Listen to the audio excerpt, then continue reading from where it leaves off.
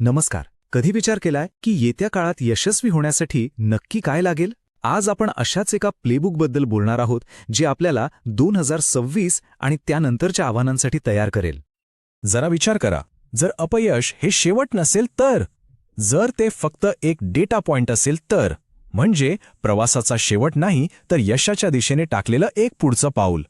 हा एक छोटासा बदल आपल्या कामाकडे आणि आयुष्याकडे बघण्याचा संपूर्ण दृष्टिकोन बदलू शकतो. बघूया तरी हे नक्की कसं काम करतं. तर आजच्या आपल्या चर्चेत आपण या 5 महत्त्वाच्या गोष्टी पाहणार आहोत. सर्वात आधी यशाची नवी व्याख्या काय आहे ते समजून घेऊ. मग चांगल्या अपयशामागचं विज्ञान काय आहे ते बघू. त्यानंतर लवचिकता हे एक भांडवल कसा आहे, दीर्घकालीन दृष्टी का महत्त्वाची आहे, आणि शेवटी स्वतःचं रेझिलियन्स ऑडिट कसं करायचा यावर बोलू. चला तर मग सुरुवात करूया आपल्या पहिल्या भागापासून. यशाची नवी व्याख्या. आपण नेहमी ऐकतो की प्रत्येक गोष्ट परफेक्ट असायला हवे, पण आजच्या या वेगवान जगात हा परफेक्शनिझमचा हट्ट खरंच यशाची गुरुकिल्ली आहे का? उत्तर आहे कदाचित नाही. इथे बघा, जुना मॉडेल काय सांगायचं की काहीही करा पण अपयश टाळा. पण नवं मॉडेल म्हणजे आजच्या काळाला साजेसं मॉडेल आपल्याला सांगतं की अपयश हा फक्त एक डेटा पॉइंट आहे ज्यातून शिकायचं असतं. हा विचारांमधला खूप मोठा फरक आहे नाही का? आणि सगळ्यात इंटरेस्टिंग गोष्ट म्हणजे लवचिकता किंवा रेझिलियन्स हा काही जन्मतः मिळणारा गुण नाहीये. ते एक असं कौशल्य आहे जे आपल्यापैकी कोणीही शिकू शकतो आणि वाढवू शकतो. बरं, मग आता प्रश्न येतो की सगळीच अपयशासारखी असतात का? फेलियर सायन्स फ्रेमवर्कनुसार याचं उत्तर नाही असं आहे. चला तर मग या चांगल्या अपयशामागे नक्की काय विज्ञान आहे ते जरा समजून घेऊया. एक संकल्पना आहे इंटेलिजंट फेल्युअर. म्हणजे काय? तर असं अपयश जे आपल्याला काहीतरी नवीन शिकवून जातं. समजा आपण काहीतरी अगदी नवीन करायला गेलो आणि ते यशस्वी झालं नाही, तर त्यातून जे शिकायला मिळतं ना, ते ज्ञान खूप मोलाचं असतं. ती खरं तर एक शिकण्याचीच संधी असते. अपयशाचे साधारणपणे हे 3 प्रकार करता येतात. पहिलं, बेसिक किंवा साध्या चुका, ह्या तर टाळायलाच हव्यात. दुसरं, गुंतागुंतीचं अपयश, जिथे अनेक गोष्टी एकत्र येतात, तिथले धोके कमी करायला हवेत. पण तिसरं आणि सगळ्यात महत्त्वाचं म्हणजे इंटेलिजंट फेलियर. हे असं अपयश आहे ज्याला आपण सेलिब्रेट केलं पाहिजे. का? कारण हेच आपल्याला पुढे घेऊन जातं, विकासाला चालना देतं. आता येऊया आपल्या पुढच्या मुद्द्यावर, लवचिकता किंवा रेझिलियन्स.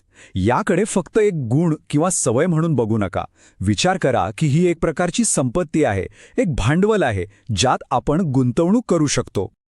लवचिकतेचे हे 7 सी आहेत: क्षमता, आत्मविश्वास, इतरांशी असलेले संबंध, चारित्र्य, योगदान, संकटांना सामोरं जाण्याची पद्धत आणि नियंत्रण.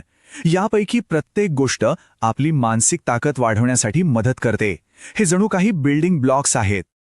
आणि यामागे फक्त मानसशास्त्र नाही तर विज्ञान आहे. यातलं एक महत्त्वाचं कौशल्य म्हणजे कॉग्निटिव्ह रिअप्रेझल.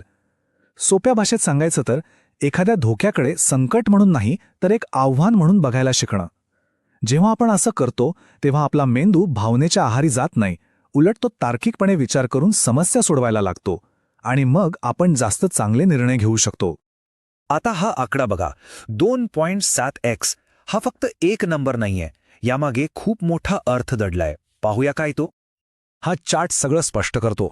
ज्या संस्था किंवा कंपन्यांमध्ये लवचिकता जास्त असते त्या अस्थिर बाजारातही आपल्या स्पर्धकांच्या तुलनेत तब्बल 2.7 पट अधिक चांगली कामगिरी करतात. याचं कारण सोपं आहे.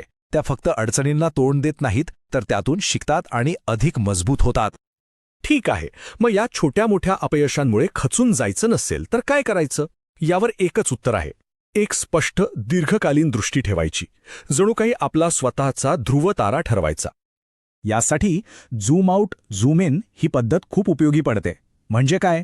तर झूम आउट करून आपलं 10 वर्षांचं मोठं ध्येय काय आहे ते पक्क करायचं, त्यावर ठाम राहायचं आणि मग झूम इन करून आजच्या किंवा पुढच्या 6 महिन्यांच्या आव्हानांना लवचिकपणे सामोरं जायचं. यामुळे होतं काय की आपण आपल्या मूळ ध्येयापासून कधीच भटकत नाही. बरं, आत्तापर्यंत आपण बरीच थिअरी पाहिली. आता या सगळ्याला प्रत्यक्षात कसं आणायचं? तर त्यासाठी आहे हे रेझिलियन्स ऑडिट, एक व्यावहारिक कृती योजना. हे बघा, यात फक्त 4 सोपी पावलं आहेत. 1. थांबा, म्हणजे मनात येणाऱ्या नकारात्मक विचारांना तिथेच थांबवा. 2. आव्हान द्या, म्हणजे हे कोणी केलं असं विचारण्याऐवजी नक्की काय झालं हा प्रश्न विचारा. 3. निवडा, जे काही झालं त्यातून मिळालेल्या माहितीच्या आधारे पुढे काय करायचं तो मार्ग निवडा. आणि चौथं आणि तितकंच महत्त्वाचं, स्वतःला आधार द्या. म्हणजे पुरेशी झोप, व्यायाम आणि चांगले नातेसंबंध जपा. हे ऑडिट जर आपण नियमितपणे केलं तर आपली लवचिकता नक्कीच वाढेल. शेवटी हे एक वाक्य नेहमी लक्षात ठेवा. लवचिकता म्हणजे काय, तर अपयशाला कमी किमतीत मिळालेली मौल्यवान माहिती म्हणून पाहणं. म्हणजे अपयश ही एक संधी आहे जी आपल्याला कमीत कमी नुकसान करून खूप काही शिकवून जाते. तर आता एक क्षण थांबा आणि विचार करा. अपयशाकडे बघण्याचा हा जो नवीन दृष्टिकोन आहे तो आपल्या पुढच्या मोठ्या आव्हानाला सामोरं जाण्याची पद्धत कशी बदलू शकतो याचं उत्तर आपल्याला आपल्या आतच मिळेल.